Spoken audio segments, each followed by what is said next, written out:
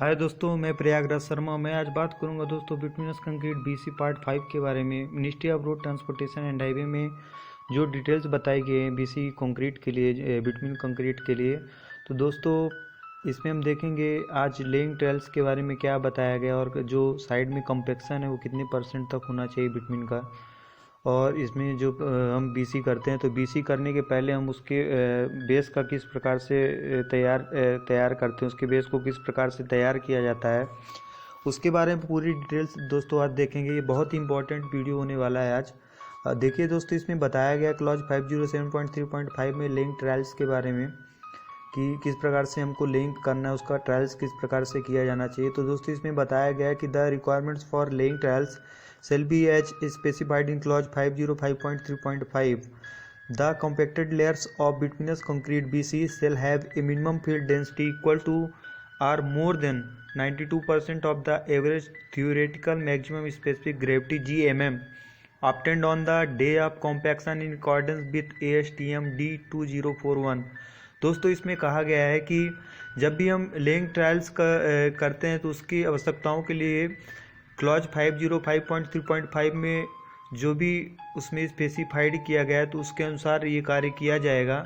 और इसमें कहा गया है कि जो बिटुमिनस कंक्रीट का कॉम्पेक्शन, जो बिटुमिनस कंक्रीट का कॉम्पेक्शन लेयर रहेगा, जो कॉम्पैक्टेड लेयर रहेगी, तो वो कॉम्पैक्टेड लेयर की जो वैल्यू है दोस्तों वो 92% रहेगी या उसके बराबर रहेगी या उससे ज़्यादा होगी। जो भी हमारा average theoretical maximum specific gravity GMM निकला हुआ है, जो कॉम्पेक्शन के दौरान जो जीएमएम निकला हुआ है ASTM D2041 के अकॉर्डिंग, तो दोस्तों उसके अकॉर्डिंग इसमें जो तो वही चीज़ इसमें बताया गया है कि जो कॉम्पैक्टेड परतों का जो मिनिमम फील्ड डेंसिटी है वो इक्वल होगा या मोर देन होगा, 92% होगा या उससे ज़्यादा होगा average theoretical maximum specific gravity के जीएमएम के। तो ये चीज़ इसमें डिटेल्स में बताई गई है दोस्तों। इसके बाद इसमें नीचे इंपॉर्टेंट चीज़ बताया गया कि क्लॉज 507.4 में कंस्ट्रक्शन ऑपरेशन के बारे में कि निर्माण कार्य किस प्रकार से किया जाना चाहिए बीसी कंक्रीट का, जो बिटुमिनस कंक्रीट है उसका।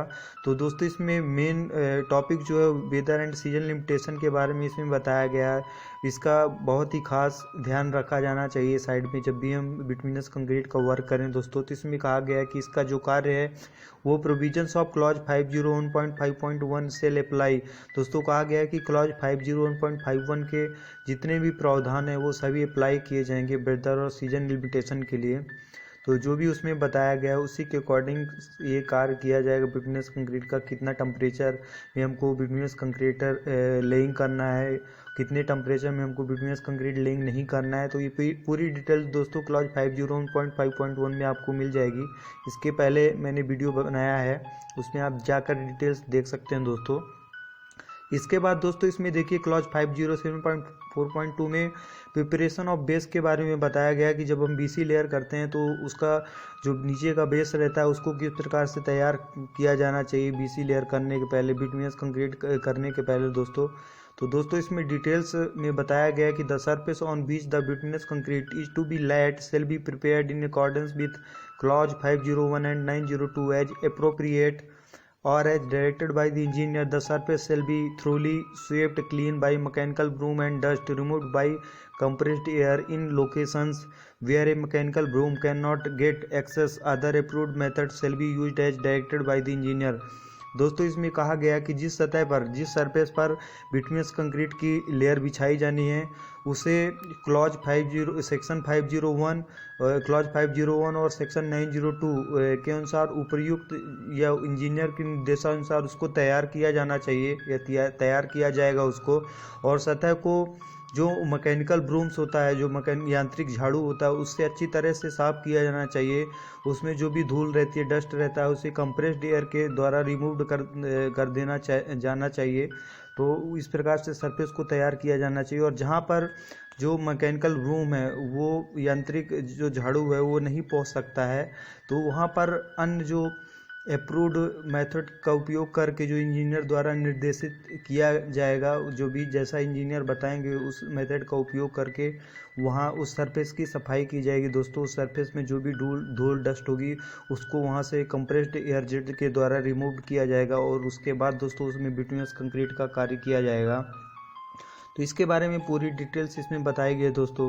तो आपको समझ में आया होगा कि जो साइड का कॉम्पेक्शन रहेगा जब हम कोर काटते हैं बीसी कंक्रीट का, जो बिटुमिनस कंक्रीट है लेइंग होने के बाद दोस्तों उसमें जब 24 आवर के बाद हम ये जब कोर उसका टेकन करते हैं, कोर लेते हैं और उसकी जो कॉम्पेक्शन वो चेक करते हैं, तो दोस्तों उसका कॉम्पेक्शन जो है वो 92% से कम नहीं होना चाहिए। 92% हो सकता है या कि उससे ज़्यादा होना चाहिए कॉम्पेक्शन। जो भी हमारी maximum theoretical maximum specific gravity जब हम लैब पे लेबोरेटरी पे निकालते हैं ट्रायल के दौरान, तो उसके बराबर ही उसका जो है कॉम्पेक्शन वो आना चाहिए, उसकी स्पेसिफिक ग्रेविटी भी उतनी आना चाहिए दोस्तों, उसी के अराउंड आना चाहिए। तो उससे कम ज़्यादा नहीं होनी चाहिए जो भी जीएमएम हमारा रहता है दोस्तों। तो जब भी हम लेबोरेटरी पे टेस्ट करते हैं तो उसके बारे में इसमें डिटेल्स बताई गई कि जो कॉम्पेक्शन रहेगा दोस्तों बीसी कोर का जो कॉम्पेक्शन रहेगा, बिटुमिनस कंक्रीट कोर का जो कॉम्पेक्शन रहेगा वो 92% होगा और या उससे अधिक होना चाहिए, उससे कम बिल्कुल भी नहीं होना चाहिए, वो एक्सेप्टेबल नहीं किया जाएगा दोस्तों।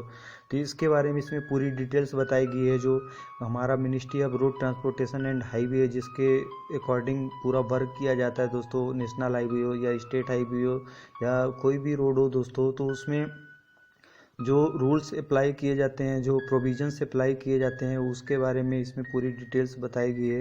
ये भारत सरकार के द्वारा दोस्तों जारी किया जाता है और इसी के अकॉर्डिंग जो है कार्य किया जाता है दोस्तों रोड का जो हाईवे